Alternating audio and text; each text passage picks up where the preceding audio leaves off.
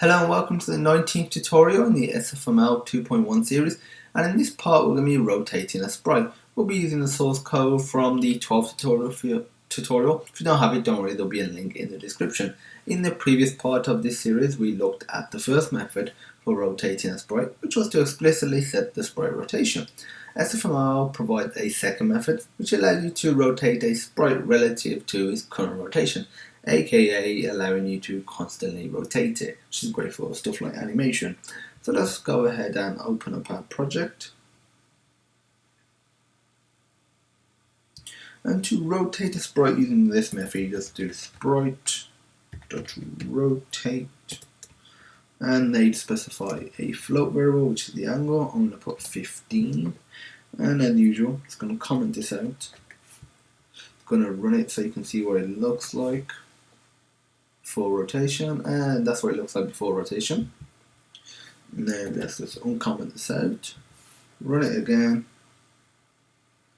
It's rotated 50 degrees. At the moment this may look identical to the previous method, they just rotated it, but if we duplicate this method then you will see that it rotates it again relative to its current rotation. So what we're going to do is duplicate it 3 times, so it will essentially rotate it 45 degrees. Let's just show you this. This is what it looks like at the moment. Now I'm going to rerun it, and now as you can see it's rotated 45 degrees. If we were to apply the set rotation method multiple times, then it wouldn't rotate it multiple times, because that just absolutely sets the rotation relative to its original rotation, which is 0. Bear in mind though that SFML rotates the sprite around its origin point, which is which by default is the top left, aka here 0, 0. This can be modified. We have done this in a previous tutorial in this series. Another thing to note when rotating the sprite, for example, in a situation like a ball spinning constantly, make sure you factor in frame rate to provide smooth motion on a variety of hardware.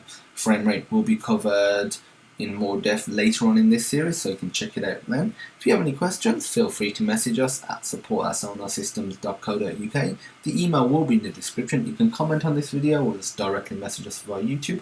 In the next tutorial, we're going to be looking at setting the sprite's scale. All the required links for source code will also be in the description. And as usual, thanks for watching, and I hope you have a great day.